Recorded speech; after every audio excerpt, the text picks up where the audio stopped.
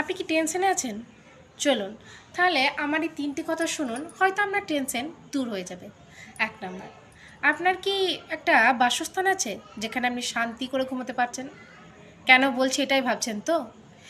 কেননা আমাদের আশেপাশে এমন অনেক মানুষ আছে যাদের একটা নিরাপদ বাসস্থান নেই, যারা সেখানে একটু রাতে মাথা গোঁজার ঠাঁই পায়।